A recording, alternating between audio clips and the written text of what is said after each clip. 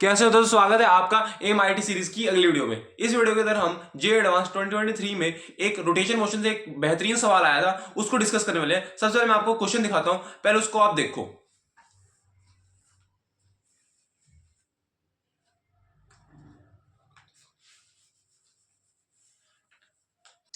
वो आपने क्वेश्चन को देख लिया होगा, पहले आपको इसे खुद से ट्राई करना, फिर सॉल्यूशन पे आना है। मैं इसको डिस्कस कर रहा हूं।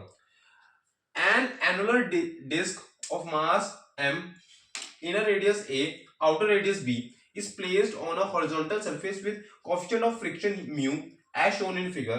At some time, the impulse j naught x cap is applied at a height h above the center of disk. If h is equals to hm, then disk rolls without slipping along the x-axis. ठीक है, अच्छा। Which of the following statement is are correct? ठीक है, देखो देखो, सबसे पहले हमारे पास ये दे रखा है, ये वाली चीज दे रखी है। अब क्लियर है? अब हमें कहा गया है ये सेंटर ऑफ मास से ये हाइट, इस हाइट पे ये इन्होंने एक इम्पल्स इम्पल्स हमारे पास दिया है जे नॉट। बात क्लियर है? अच्छा, ठीक है ठीक है, ये भी याद रखना। अब देख लेते हैं, क्या पता कहीं जरूरत पड़ जाए। जेड और एक्स, जेड को इन्होंने ऊपर वाली साइड लिया, ठीक है। हाँ, तो ये इनर रेडियस ए है, आउटर रेडियस बी है। बात क्लियर है? अब हमसे एक बार एच एम की बातें करी गई हैं, एच एम की भी बातें करी गई हैं, तो एक बार देख लेते हैं फटाफट। सबसे पहले समझो, इन्होंने कुछ हाइट पे इस जे नॉट को अप्लाई किया। सबसे पहले इस वाली बॉडी का, ये हमारे पास एक हॉलो बॉडी है, इसका जो हमारे पास मोमेंट ऑफ इनर्शिया होता है, पहले वो देख लो क्या होता है। सेंटर ऑफ मास के अबाउट जो इसका मोमेंट ऑफ इनर्शिया होता है वो होता है एम इनर रेडियस का स्क्वायर प्लस आउटर रेडियस का स्क्वायर अपॉन 2। बात क्लियर है? अब किसी को अगर ये नहीं पता कि ये हमारे पास मोमेंट ऑफ इनर्शिया आया कैसे, तो वो अगास सीरीज के अंदर जाके मोमेंट ऑफ इनर्शिया वाली वीडियो देख सकता है। उसके अंदर मैंने ऐसी शेप्स की का मोमेंट ऑफ इनर्शिया कैसे निकालते हैं वो बताया हुआ है, ठीक है। उसमें एक क्वेश्चन मैंने ऐसा ही करवा रखा है, तो उसमें जाकर वो देख सकता है। आप कहोगे तो मैं उसको उस नीचे लिंक पिन भी कर दूंगा, ठीक है। तो हमारे पास यहां पे ICER है। अब हमारे पास यहां पे कहा गया है mu is not equal to 0, a tend to 0, hm is equal to b/2। पहले इसे चेक करते हैं। सबसे पहले अगर मैं j नॉट इसको लिखना चाहूं, अच्छा, इंपल्स होता क्या है? चेंज इन मोमेंटम होता है। तो अगर मैं कहूं, अगर मैं इनिशियल मोमेंटम 0 मान लूं, तो J nought is equal to M V कह सकता हूं, ठीक है। अच्छा, अब अगर मैं एंगुलर मोमेंटम कंजर्व कर दूं तो लिख सकता हूं J nought H is equals to I omega. बात क्लियर है? ठीक है। अब जे नॉट को लिखो M V nought, sorry M V nought नहीं, एम वी एच। तो यहां से आ जाएगा M V H is equals to I omega. तो यहां से एच आ जाएगा I omega upon M V. अब ओमेगा और वी, अब ओमेगा अपॉन वी क्या हो गया? V is equals to omega are होता है। ये बात क्लियर है? अब इसको मैं क्या लिख सकता हूं?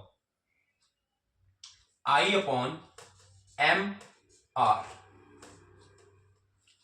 एक कैपिटल आर मैं फिलहाल ले रहा हूं। तो यहां से हमें एच ये मिल गया। इस बॉडी का हमने आई क्या देखा है? अभी क्या देखा है? ये अगर कुछ नहीं कह रखा, देखो ये जब हमारे पास एक्सिस बाहर की तरफ होगा तभी ऐसा रोलिंग होगी ना। तो हमारा जो एक्सिस है जिसके अबाउट हम सेंटर ऑफ मास के अबाउट हमने यहाँ पे मोमेंट ऑफ इनर्शिया निकाला है, तो एक्सिस हमारा बाहर की तरफ ही जा रहा होगा, तो हम वही मान लेंगे। तो ये हमारा I is equal to M R होगा। चलिए इसे नोट कर, ये मैं जगह नहीं है, एक बार इसे नोट कर लो, फिर मैं I की जगह ये लिख लेता हूं, ठीक है। एच आर है M A square plus B square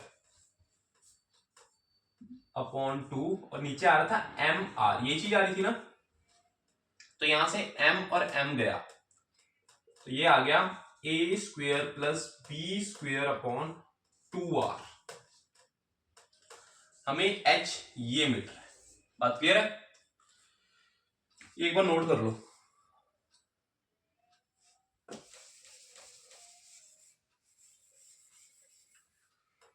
अब ये मिल रहा है, पहले ऑप्शन को चेक करते हैं। हमें कहा गया mu is not equal to 0, ये बात तो इन्होंने म्यू की बातें करी तो म्यू तो कुछ होएगा, ये तो बात ऑब्वियस है। ठीक है, हमें कहा गया अगर a टेंड टू 0, एक काम करते हैं थोड़ा सा लिमिट्स की बातें कर लेते हैं। लिमिट a टेंड्स टू 0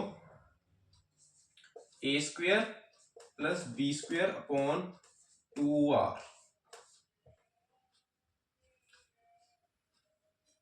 ये आ जाएगा, a को मैं 0 रख देता हूं, ये 0 की तरफ चला गया तो ये बच गया बी स्क्वेयर अपॉन 2r। बात क्लियर है? अब अगर हमें कहा गया है, अब अगर मान लो r इज इक्वल्स टू, देखो ये बात एक बार समझने की कोशिश करो। अब अगर हमारा a 0 की तरफ जा रहा है, मतलब a नेग्लिजिबल है, बात समझने की कोशिश करो, a नेग्लिजिबल है यानी सारी जगह b फैला हुआ है, यानी अगर r is equals to b हो जाए तो हमारा h की वैल्यू आ जाएगी b स्क्वेयर अपॉन 2b, यानी कि ये आ जाएगी b/2 और ये hm है। बात क्लियर है? तो यानी कि यहां से हमारा ए ऑप्शन सही आ गया। ठीक है, अच्छा अब अगली चीज पे चलते हैं।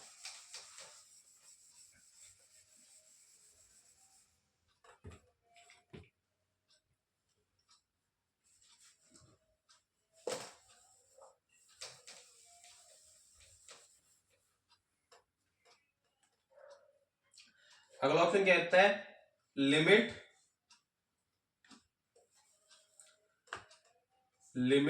इस बार a को टेंड करता है b। ठीक है, a टेंड टू b है a square plus B square upon 2r। बात क्लियर है?